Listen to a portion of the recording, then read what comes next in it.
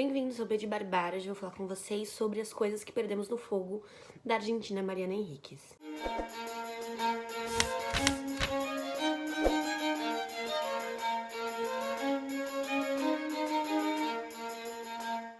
Esse livro tem sido bastante comentado aqui no YouTube, principalmente depois que a Mariana Enríquez foi confirmada na Flip.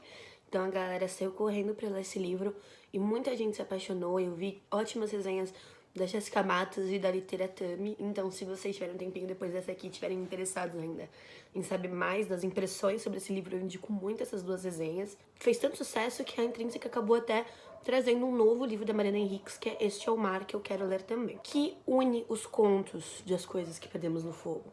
Todos os contos aqui, eles têm uma atmosfera de suspense e de terror, uma fantasia que beira o terror. Mas eles também têm em comum o fato de que todas as histórias começam bastante comuns e aí elas vão se desenvolvendo, né, a partir de um fato cotidiano.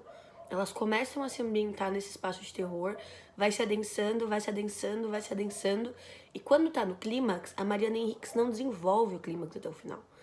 Ela dá a entender o final e corta a história. Então, quando alguém vai morrer, ela diz assim, e sentiu o sangue caindo pela perna. Ela não fala que a pessoa morreu, ela não fala que agonizou até a morte, ela não fala que agonizou, mas foi salva. Ela deixa ali o final em aberto com um clímax totalmente em suspense. O que eu achei muito bacana, porque eu terminava todos os contos querendo mais, sabe? Dava essa sensação de, tipo, o que vem depois, sabe? Tipo... E é bom também a gente não ter o que a gente quer como leitor de vez em quando, né? Porque às vezes a gente tem uma configuração na nossa cabeça de como o conto, como o romance tem que funcionar e não necessariamente é dessa forma. E de alguma forma, todos os contos aqui, eles abordam questões relacionadas a gênero. Então, as protagonistas, as principais são mulheres, ou existe um grupo de mulheres, e elas vão tratar coisas que não necessariamente são, sabe? Nossa, menstruação, gravidez, mas tem a ver com a empatia do ser humano feminino. E aí você pode me perguntar, não, mas só a mulher tem empatia? Não.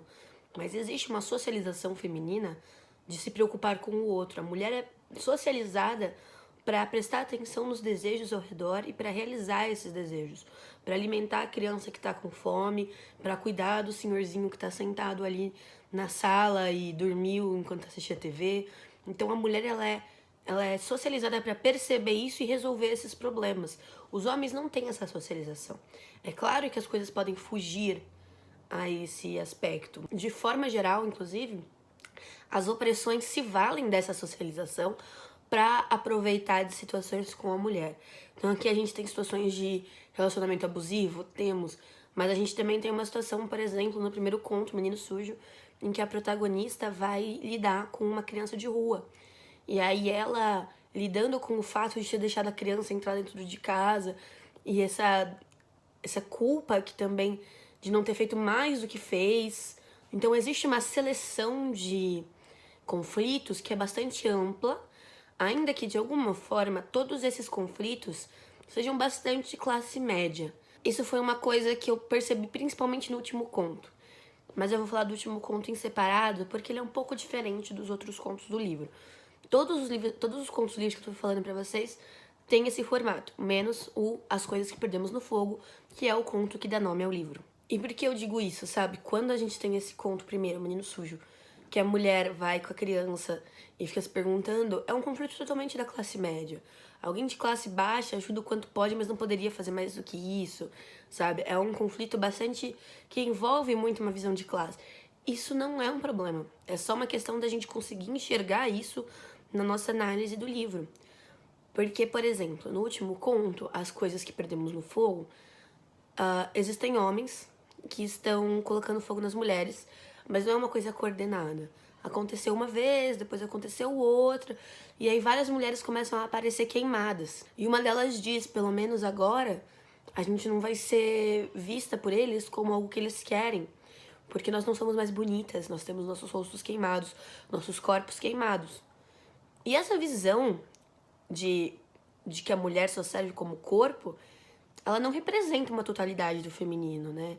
Porque se você parar pra pensar nas formas de abuso, eu penso automaticamente que essas mulheres começariam a ser, por exemplo, empregadas como domésticas, como faxineiras. Porque é assim, se a mulher não me serve sexualmente, ela me serve com serviços, né? Então eu imaginaria isso na hora. E na história não, meio que assim, o único problema é a admiração pela beleza. Então são mulheres que nunca se cogitaram prestadoras de serviço. Então tem umas pequenas coisas assim. Mas são contos muito fortes. A Mariana Henriques acerta muito a mão. Pelo menos eu gostei muito de como ela faz isso, sabe? Eu acho que ela coloca o terror, ela não conta na medida certa, ela coloca terror na medida certa, ela coloca o questionamento de gênero na medida certa. Eu não acredito que os contos, pelo menos até As Coisas que Perdemos no Fogo, tenham uma intenção panfletária, ou eles batem na sua cara com, feminismo. Em momento nenhum. Eu acho que isso é feito de uma forma bastante natural, apesar de estar muito presente.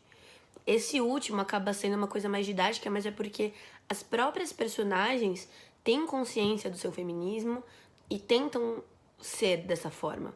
Então isso também transparece para o leitor. E esse último conto é totalmente diferente. Ele acaba num momento em aberto? Acaba. Mas não é um momento de maior suspense. Ele tem muito mais diálogo, tem muito mais didatismo, tem muito mais do explicar o que está acontecendo, porque é uma situação fora do comum. Então ele realmente foge do grupo. E eu acredito que eles tenham sido reunidos aqui, inclusive esse último, pela temática voltada ao feminino e ao terror.